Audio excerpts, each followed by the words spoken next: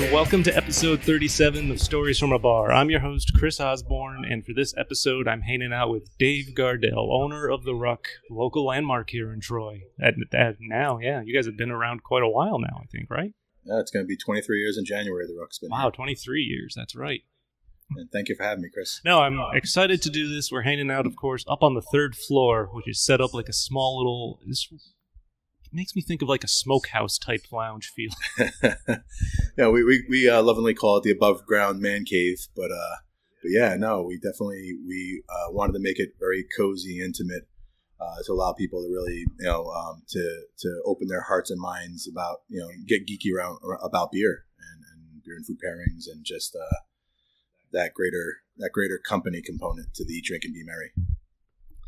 Yeah, this is fun. We got the dartboards. I always love exposed brick, too. I don't know why. I feel like that adds a sense of hominess type feel to it. Yeah, it makes you feel like there's a fireplace, or it looks like there was a fireplace on that wall. If you can see the chimney line and the roof line there. Oh yeah. So I always wonder when I look at that brick wall, what was here prior to this structure, and it had to be probably 19th century that structure was there. Yeah, these are some old buildings in Troy. Oh yeah. But thanks for taking the time to chat. I really appreciate it. Like I said, and we'll get into this later. I've had two people bring up your name for the same story, so I'm like, I got to send this guy an email and see if I can get this locked down. But so we're hanging out, of course, at the Ruck in Troy, New York. Here, it's the first time I've been out to Troy in a while. Like I said, I live 25-minute drive from here, 30 minutes now, so I don't get out this way that often. Well, it's easy. It's the adage we share with everybody. It's easy to get to the Ruck, but it's really much harder to get home.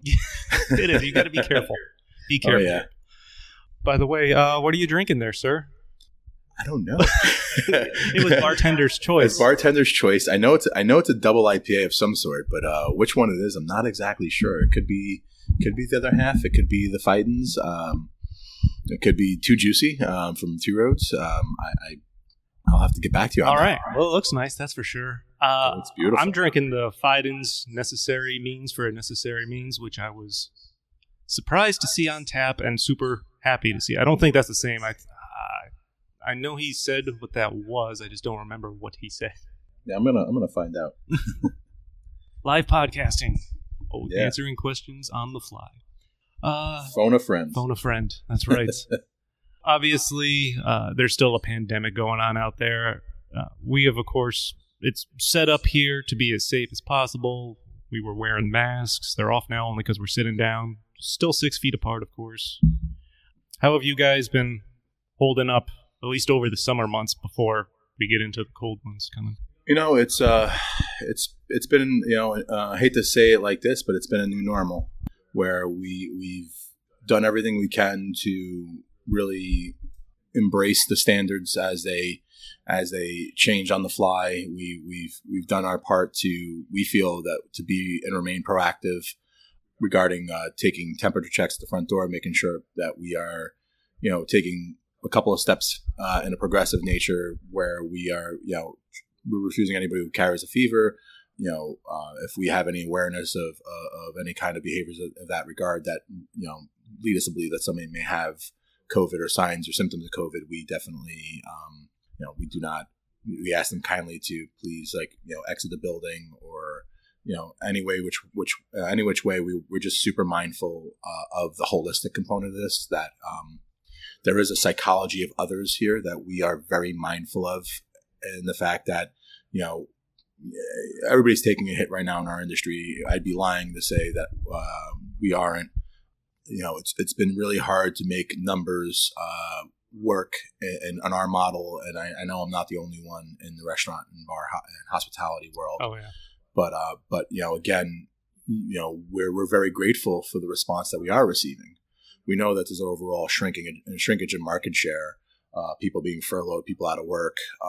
Troy is not exactly Saratoga for socioeconomics and things like that. So we are an economy that really works on trickle down effect in tourism. So having those things kind of curtailed on us, not to say that not to play the victim role, but just call it as they see it. The restrictions of 50% of dining, and then, you can be up to 50% of dining indoors as long as you have the ability to have the necessary spacing for guests. So that in itself, we cannot, based on our square footage and how we are laid out, I think we can only get about 25 to 30% of our capacity in dine-in and seating. Oh, wow. So we've been working hard to, continue to support the takeout model. I feel like with the recent changes with the closing of the restaurant at 10 p.m., I feel like the delivery model is going to be coming back into our world very soon, sooner if not later. Oh, definitely sooner than later, I should say. And we have to hope and pray that'll be enough, and just kind of continuing to work on seeing how our team responds, their psychology, how are they feeling about still making these kinds of serving the public, right, and being in these higher volume exchanges. Oh yeah, absolutely. So it's always a daily battle, right, or a daily.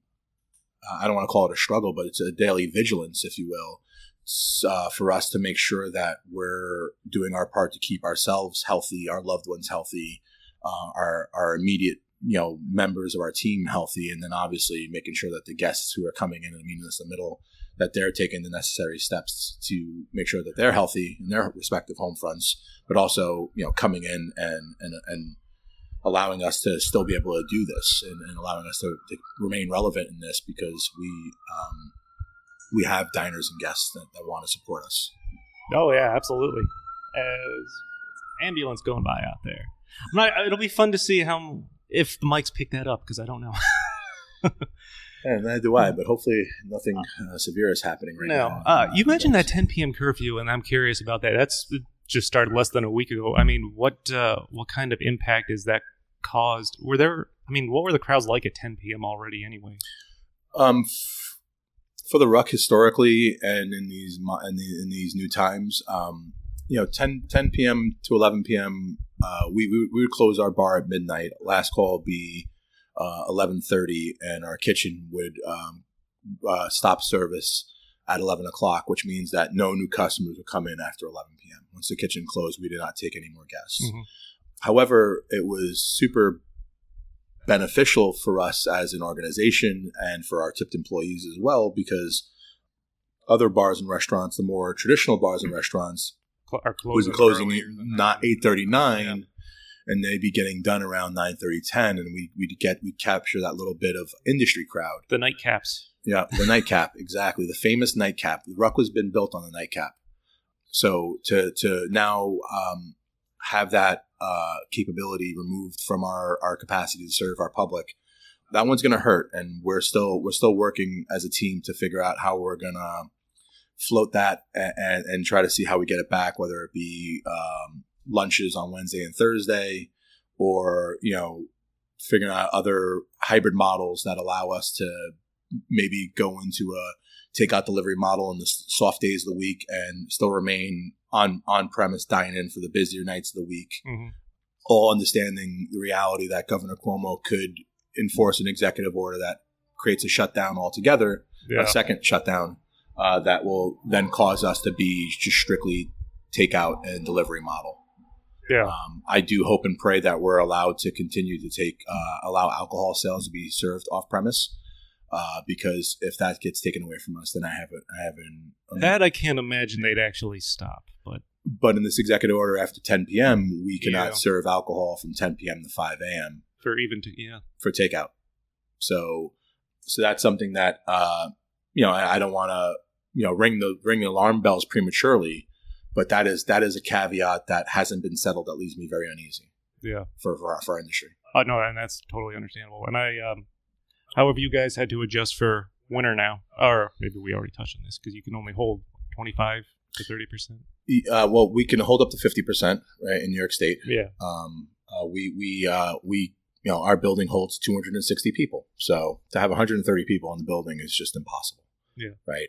I think we're probably in the line of between the recently broken down front patio, our rear patio, and the dine-in, we had about 75 diners in the building as a whole, in our facility as a whole. Mm-hmm. So we just removed 16 seats from the front of the building today because we saw some snow coming today, and it's chill, a little nippy out there. We've been trying to embrace the BYOB, the Bring Your Own Blanket campaign here in New York State, but I just feel like COVID fatigue is something that really needs to be brought to light. In general, I think everybody's just fatigued for being in this state of fear for so long. Oh, yeah, absolutely. And I think it's really important for us to make sure that we're checking in on the wellness of our, for me, my employees, my guests, anybody and everybody that is in my local community. I'm doing my part to check in on and see how they're doing as human beings, because, our wellness is more important than the success or failures of our businesses. And that's an incredibly great point to make. But let's move on to some happier stuff. Of course. Sorry to get on this heavy train of talk. No, that's all right. It was definitely something I wanted to touch on, so we did. But let's move on to some happier stuff. Of course. You're from Brooklyn, right? Yes, sir. Yeah. How did you end up in Troy? Football and RPI. Okay. Yeah. So I was born and raised in Brooklyn, New York. I had the privilege of taking one of those public magnet exams in middle school. So I was accepted into Brooklyn Technical High School, which is a public magnet school in New York City. Anybody in the 5 boroughs is eligible to take the exam in 8th grade, and if you score high enough, then you're allowed to either attend Brooklyn Technical High School or Bronx High School of Science or Stuyvesant High School in Manhattan.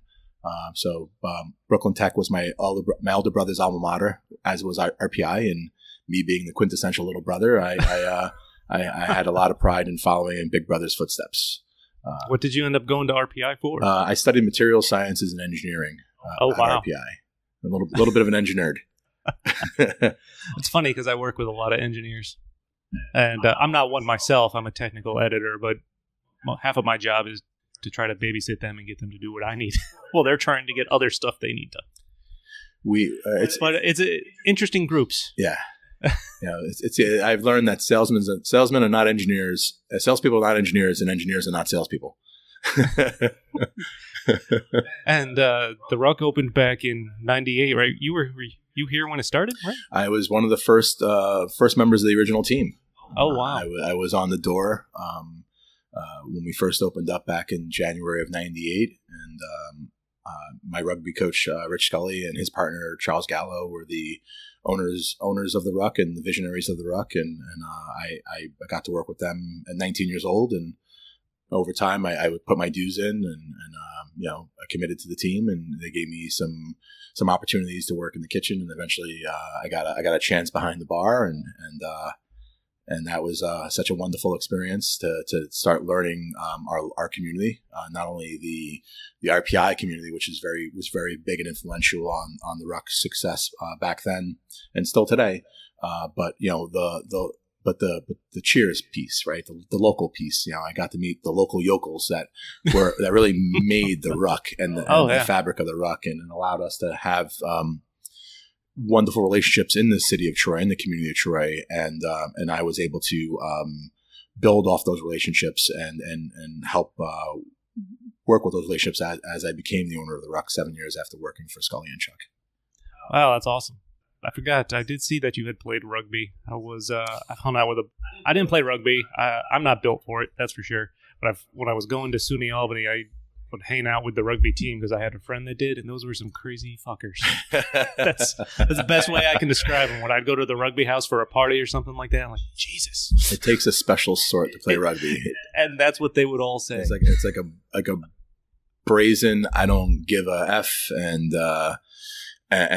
just like, I'm a first responder, and I like a good fight, and I like the action, Yeah, and that is not something they just kept to rugby.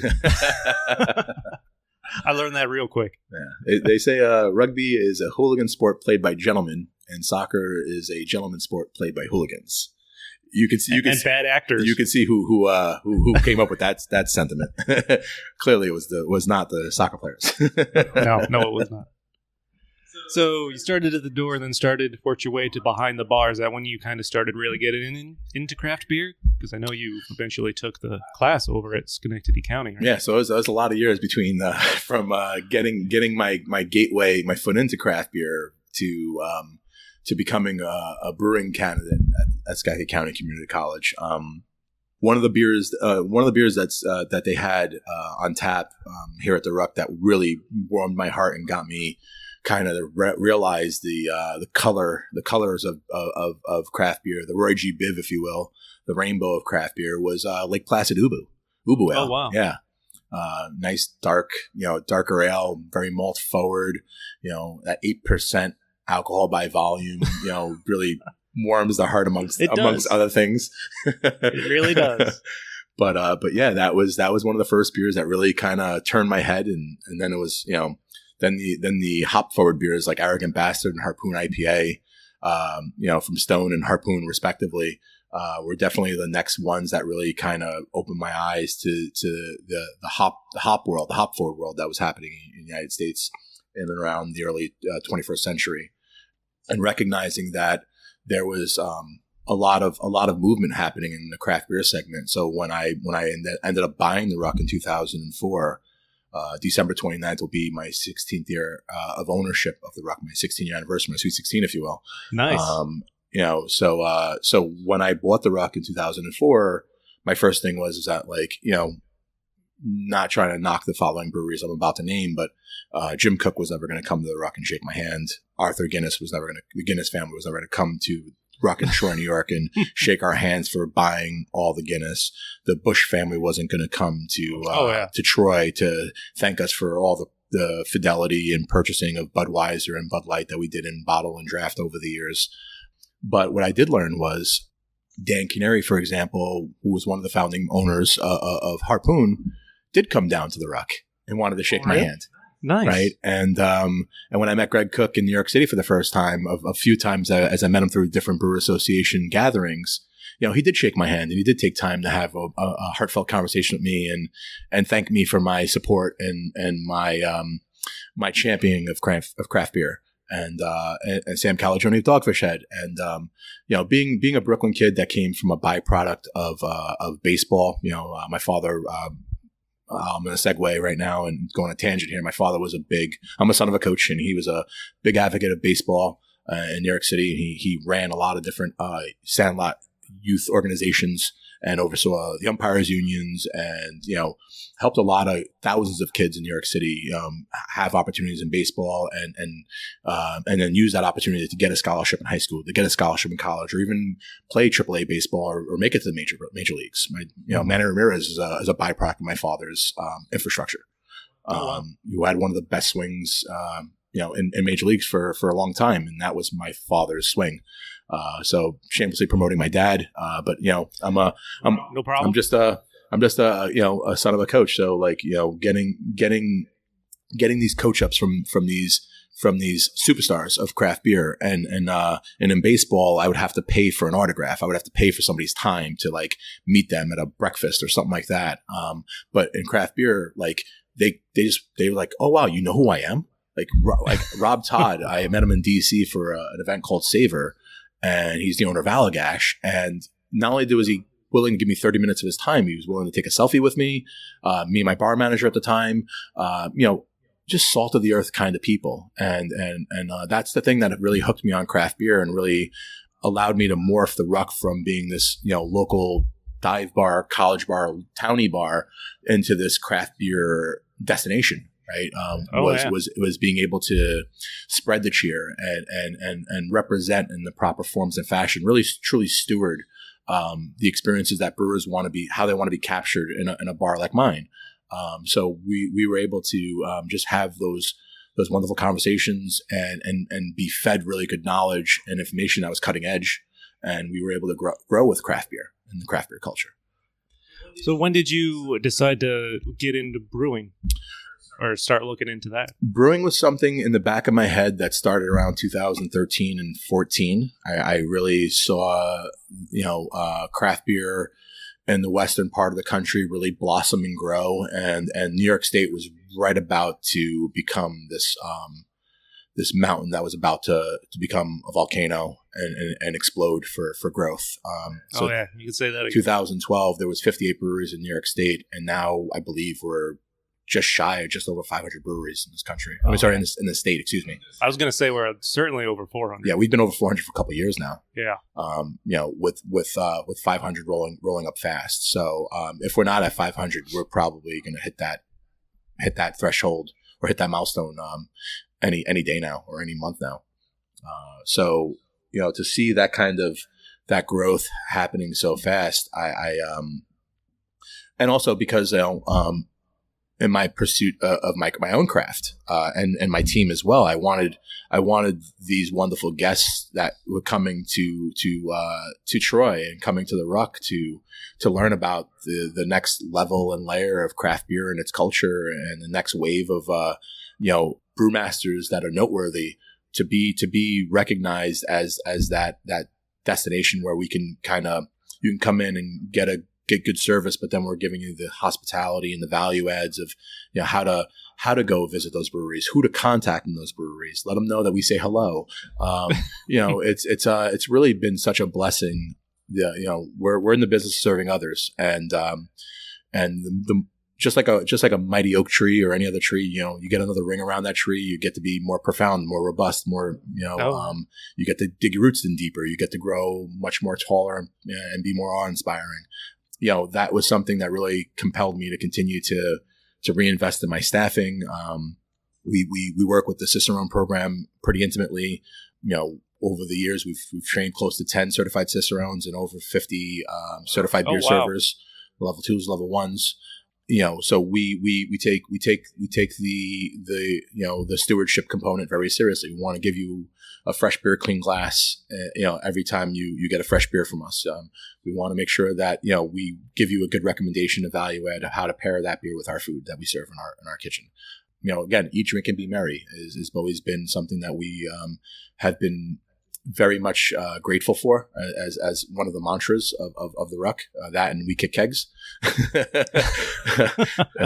That one's important. It's very important. You gotta enjoy beer when it's fresh, and you always want to give people a reason to come back. And having a fresh beer to come back to is always a compelling thought for a customer to want to come belly up and support us. And over 16 years, over 22 years and almost 16 years, 22 years of stewardship and almost 16 years of ownership and stewardship, I just, I can't thank my base enough for continuously coming with a heightened palate.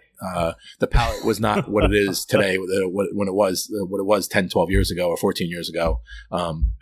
No, and that's pretty just the explosion of the craft beer scene and the types of craft beers that are being made in just the last 5 years alone. Even. So again, with all that kind of coming to light, that's where I felt like education was a huge piece for the Ruck as well as myself, as one of the more.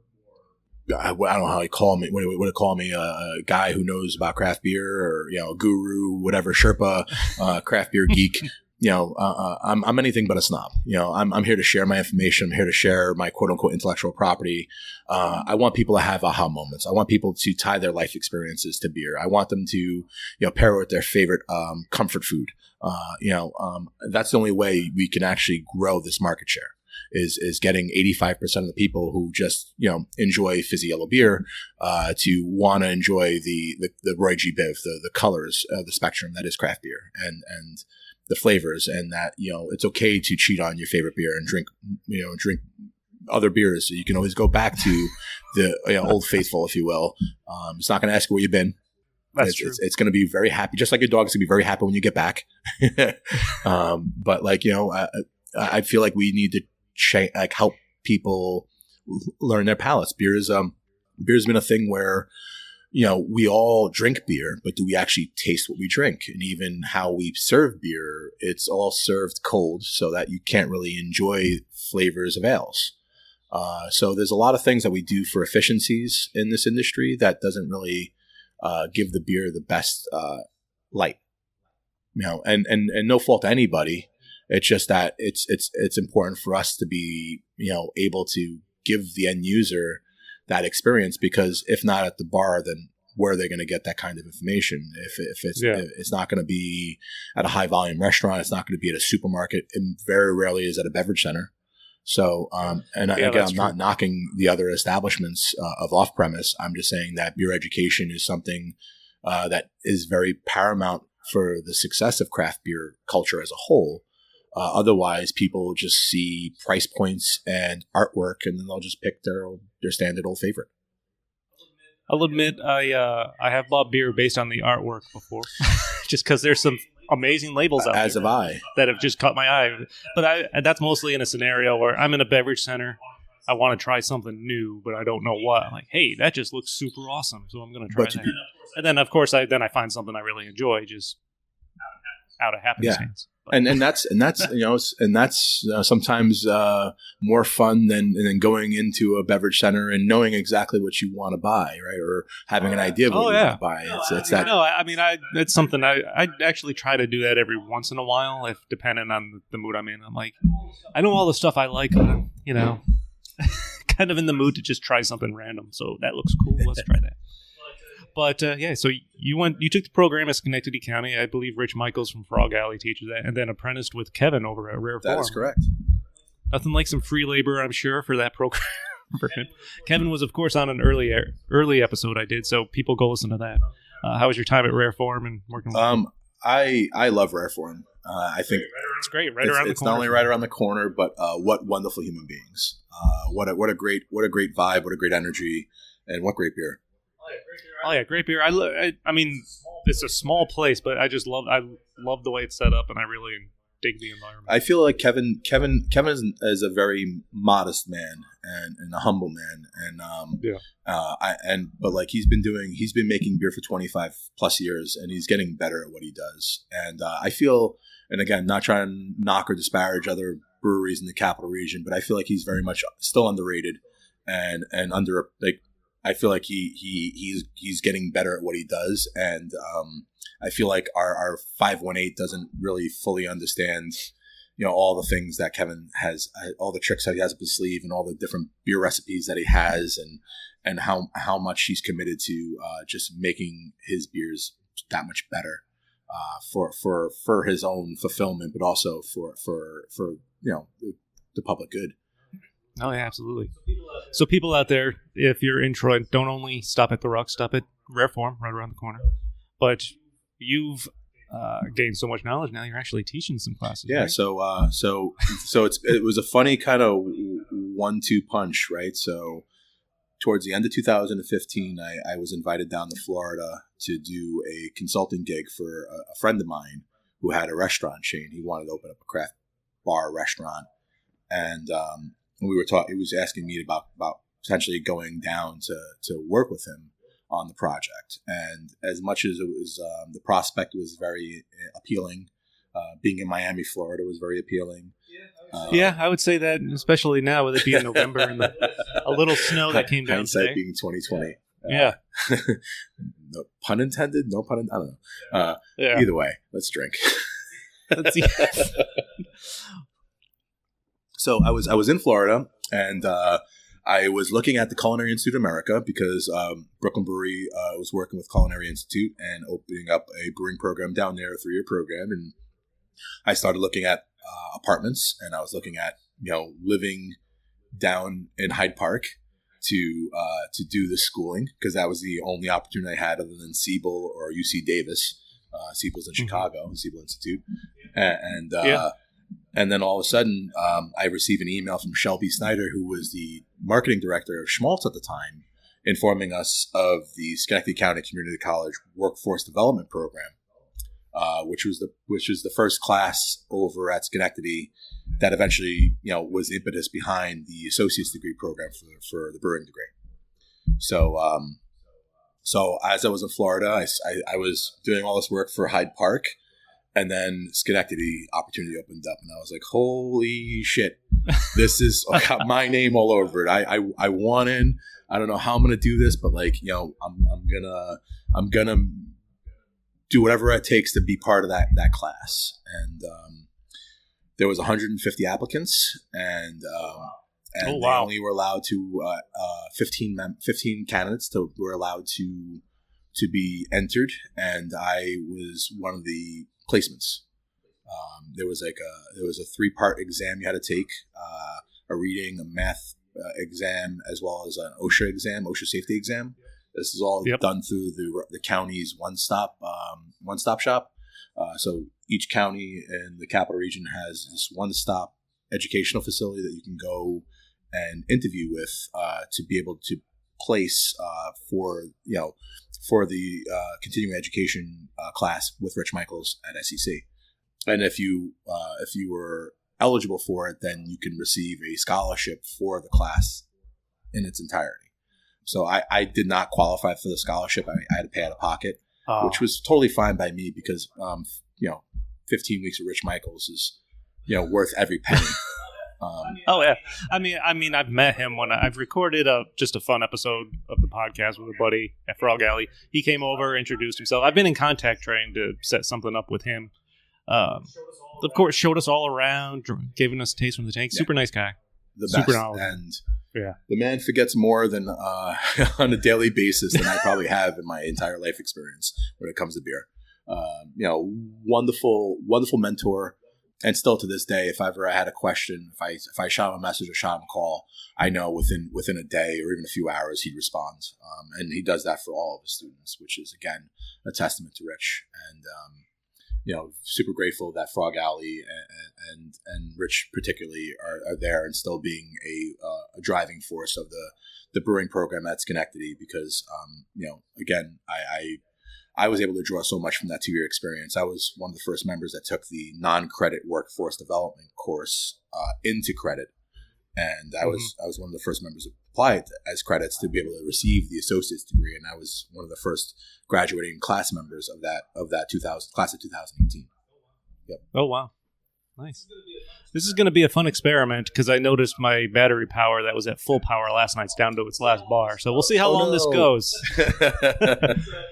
So this is me testing out this recorder I've had for 2.5 years now to see how long this really takes. But looking back, so through the 2 years, we do you want me to keep going? Or? No. Okay. No. So through the 2 years, we had. Just a heads up, people. If there's a soon intermission and then a part 2 at some point down the line, this will be why. Just warning.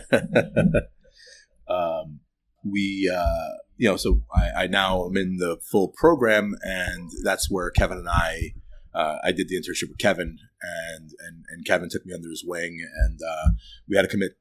Every intern has to do 120 labor hours and write a report on their experience at the brewery. So for myself personally, having Rare from around the corner was such a blessing and made my life very convenient for running my business at the Ruck, as well as being able to continue to go out and earn my degree and build my credentials as a brewer.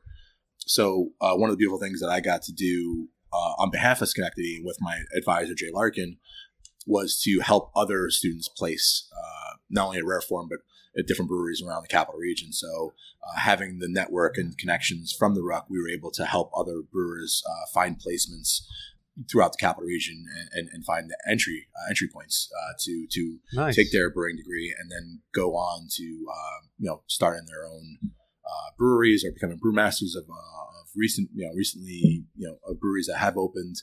But a lot of those partnerships have been happening through the SEC program, and we got some really robust alumni kind of happening in the last 2 years. I know, and it's something I've noticed as I've gone out and talked to some people in brewers and people in the bar scene. It's just everything's connected in one way or another. It's kind of almost to a comical degree. Well, for my class of 14, at SEC, Chris Anderson was one of my classmates. He was a brewer at Schmaltz and Adirondack Pub and Brewery and Crossroads. I believe he stepped out of the game recently, but he was very much in the game. Terry Halstead is the visionary behind Bloodville Brewery. Chris Busson and Darren Van Heusen are the owners and proprietors of Hank Hudson Brewing at Fairways of Half Moon in Clifton Park. Yeah, I've been meaning to try some of their stuff. I haven't had a chance. Classmates to try and dear friends. Adam Albrecht is the brewmaster at Artisanal in Saratoga. Was the brewmaster at great place. One of the brewers one of at Bad Jack prior, and then he got formed a partnership with Colin and Kurt up there.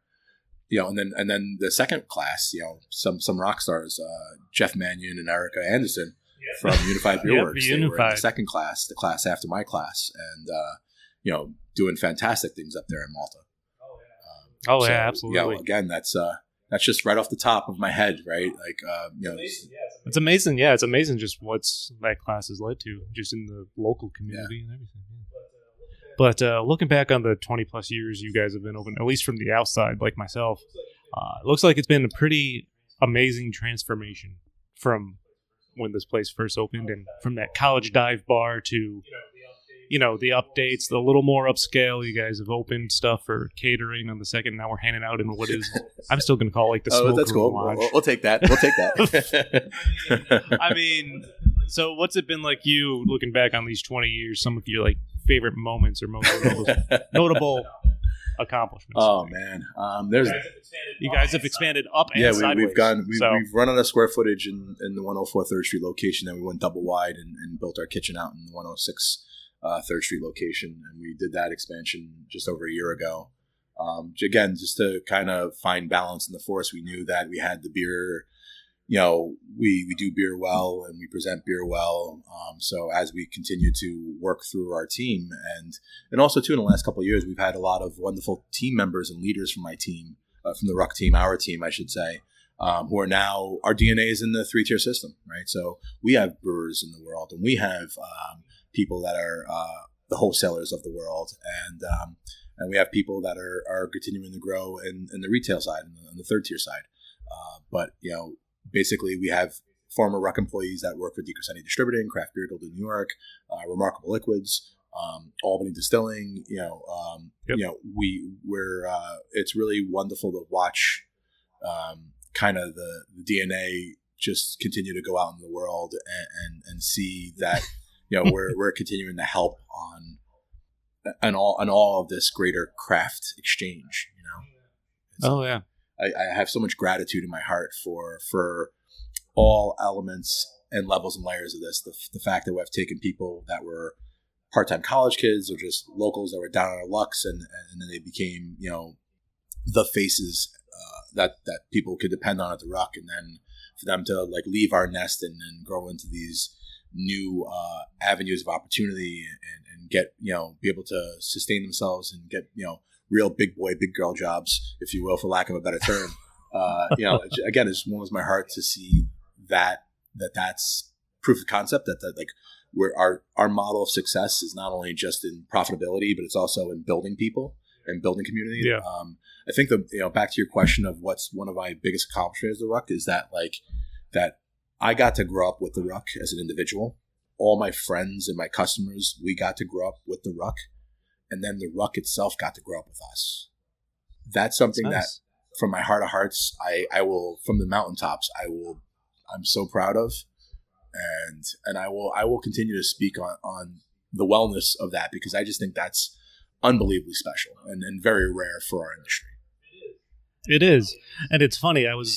Even if you just Google the Ruck Troy and you look at the images, you don't have to go far to see what it looked like when it first opened to what it looks like now. I'm like, holy shit.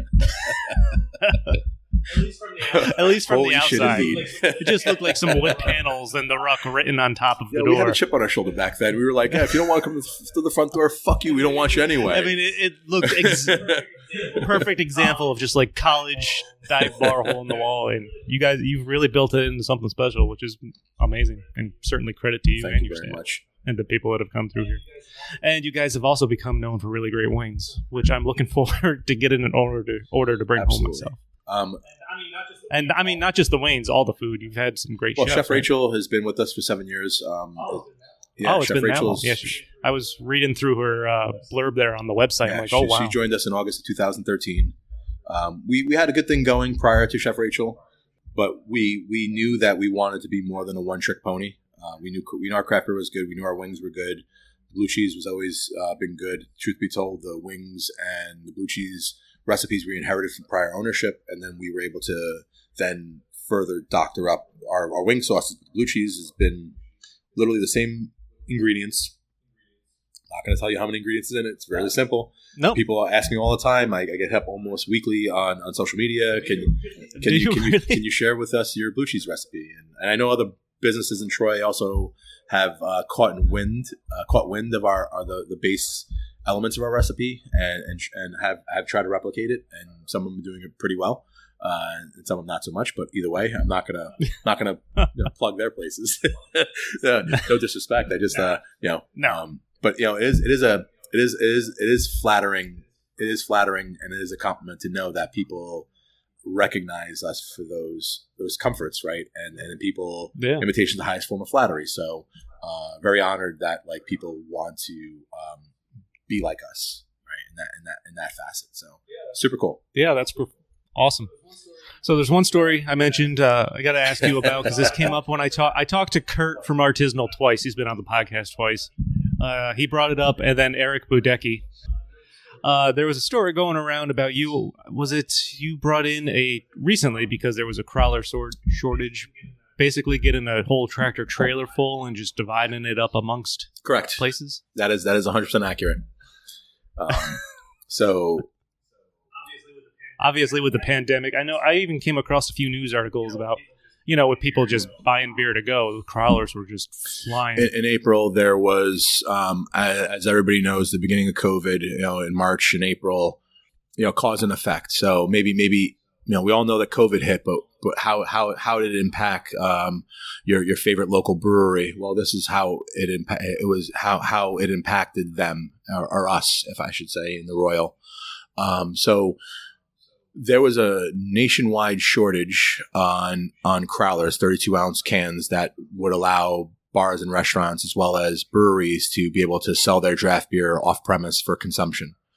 So based on and I quickly found out the hard way on these things, that there's only one supplier of blank crowlers in the entire nation, and that's through Oscar Blues, right? Oscar Blues Brewing Company. They have a company called Crowler Nation. And Crowler Nation doesn't seem like a monopoly at all. Exclusive rights to blank cans. So what I did was I tried to bypass Crowler Nation and Oscar Blues, and I went directly to Ball Corporation, who are Ball Corporation, like the ball jars, the metal jars, also make all the aluminum cans for American craft. So there's a handful of factories that produce these cans for brewers, and there's only one factory in the entire United States, in Indiana, I believe, that does the 32-ounce crowler, and they only run the crowler twice a year.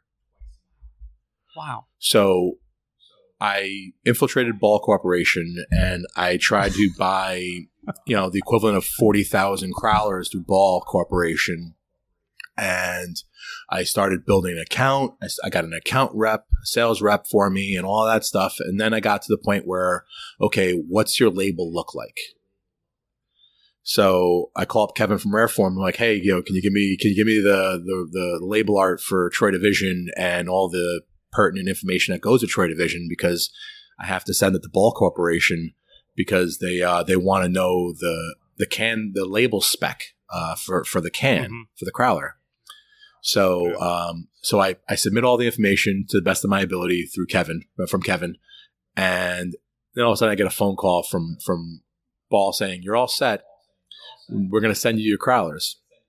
And then 24 hours later, I don't have a confirmation. I don't have a delivery date. I don't have any of these things.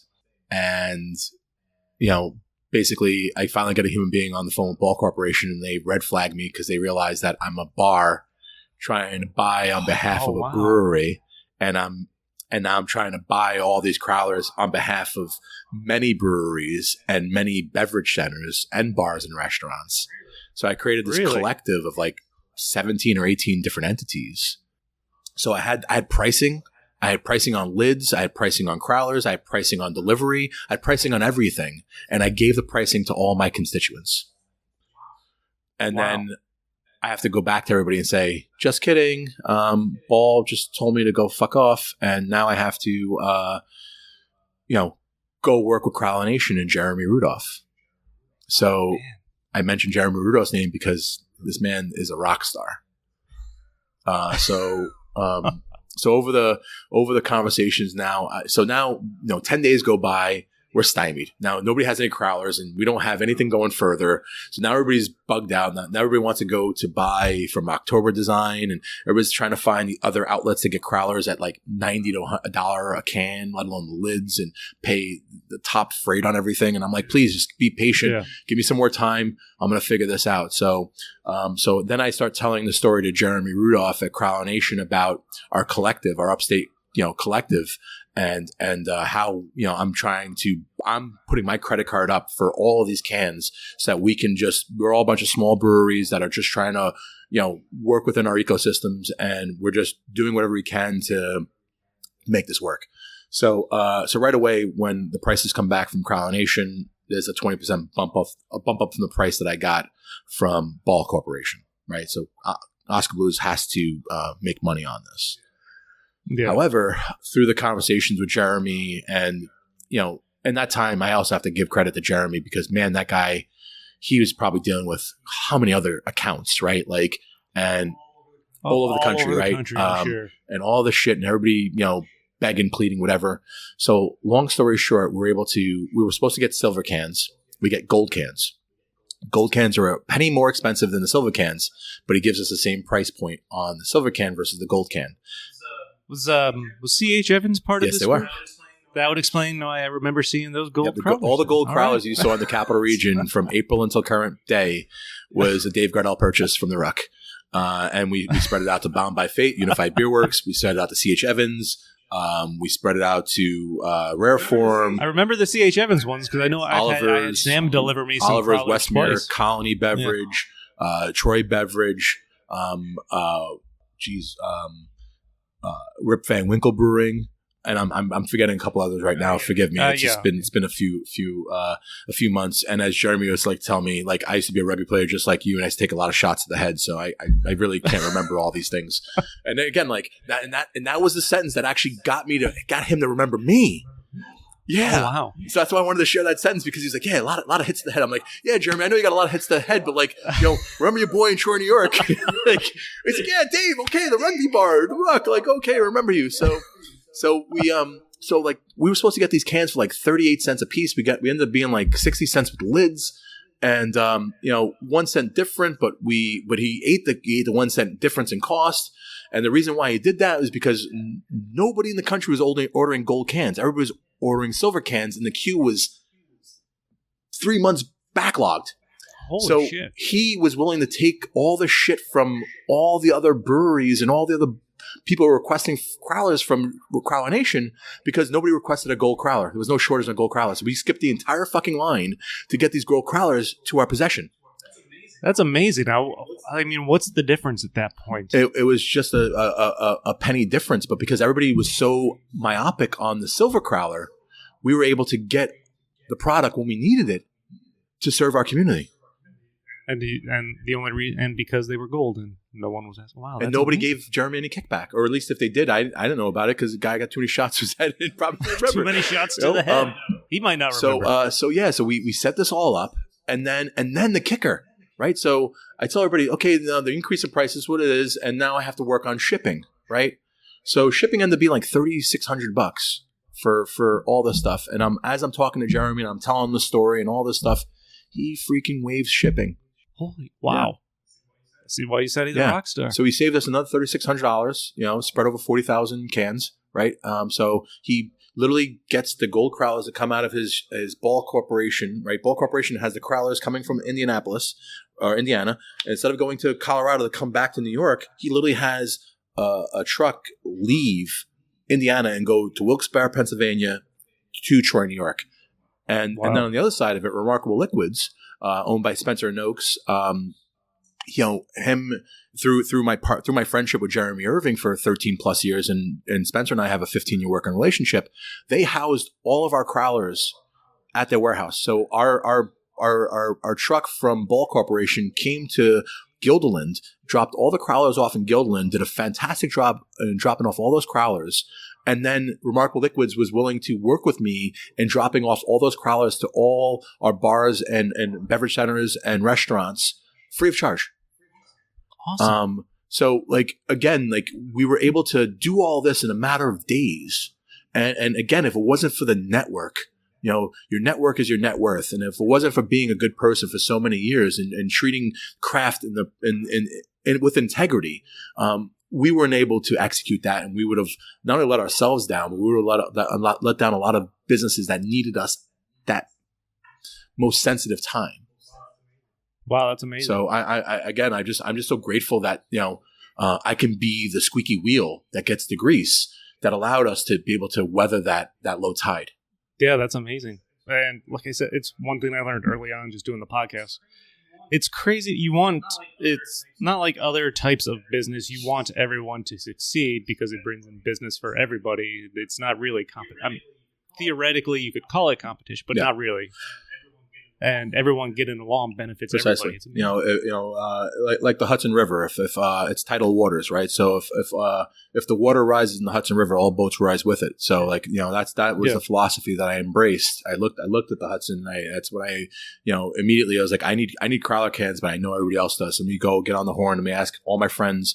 I sent an email out to the Capital Beverage Trail, the beverage producers trail. So like, everybody, who's a member of that association was informed of my ongoings, and we were able to facilitate all that. And then when we landed everything in Guildland, within a week's time, we had everything delivered to everybody. And even still, like, I bought a few extra crowlers, not like I didn't gouge, but I bought a few extra crowlers. And Rare Form still comes over every now and again. Instead of buying crowlers, we'll give them 50, and then we'll work a trade or we'll work something out.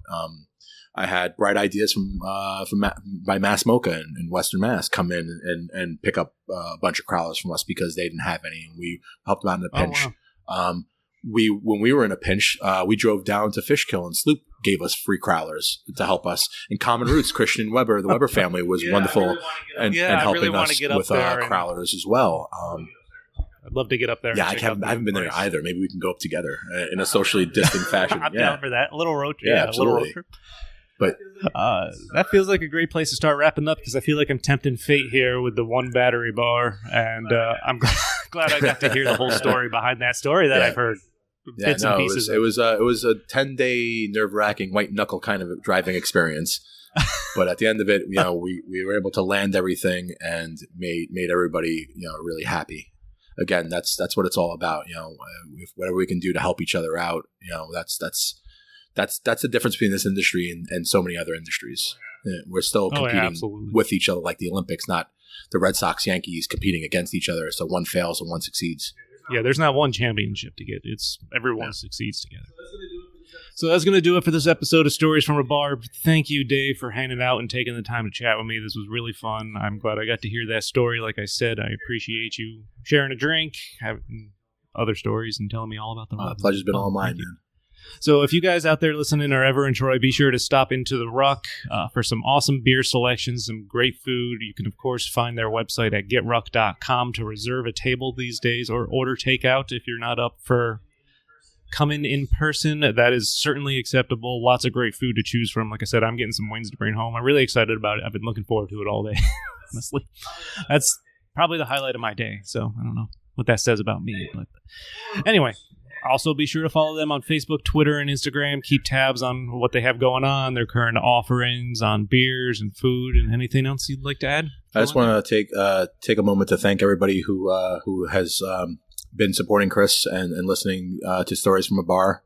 We are unbelievably grateful for all the support that we've received in COVID and prior to COVID, in COVID, and even now as things are getting, as winter is coming, to coin a phrase from Games of Thrones, but we can't thank you enough for all your support and continued support, and by all means, keep supporting local. Keep supporting your favorite watering hole. It means the absolute world to each and every one of us. Not only just the Ruck, but like every single bar and restaurant that is out there. We're all doing our best to make this make sense, but we cannot do it without you. So please continue to support local, and I look forward to seeing you at the Ruck sometime soon. Very well said. And again, in Troy, the Ruck, New York, right around the corner, Rare Form. And don't forget about Brownsboro. And I stopped in there a couple of weeks ago when I was in town, picked up a case of their crushed golden lager for like $20, and it was delicious. It's I can't imagine, it was $20 well spent. Another underrepresented brewery, especially for the latest innovations. Lee and Dan down in the tap room here in Troy are really pushing the envelope on IPAs, experimental IPAs and sours. They have a great mind and a great approach, and our dear friends of To the Ruck as well as Rare Form. By all means, if you get to Troy, you can visit two great breweries as well as a craft beer bar. Come down and enjoy Troy with us. Absolutely. Lastly, of course, thank you everyone out there for checking out the show. You can find Stories from a Bar on Facebook. Follow the show on Instagram and Twitter at StoriesFAB. You'll find the show on Apple and Google Podcasts, Podbean, Stitcher, Spotify, YouTube, pretty much anywhere you listen to a podcast. Be sure to subscribe. Even more importantly, leave a fantastic review. I greatly appreciate it. Helps spread the word. And until next time, cheers. Cheers.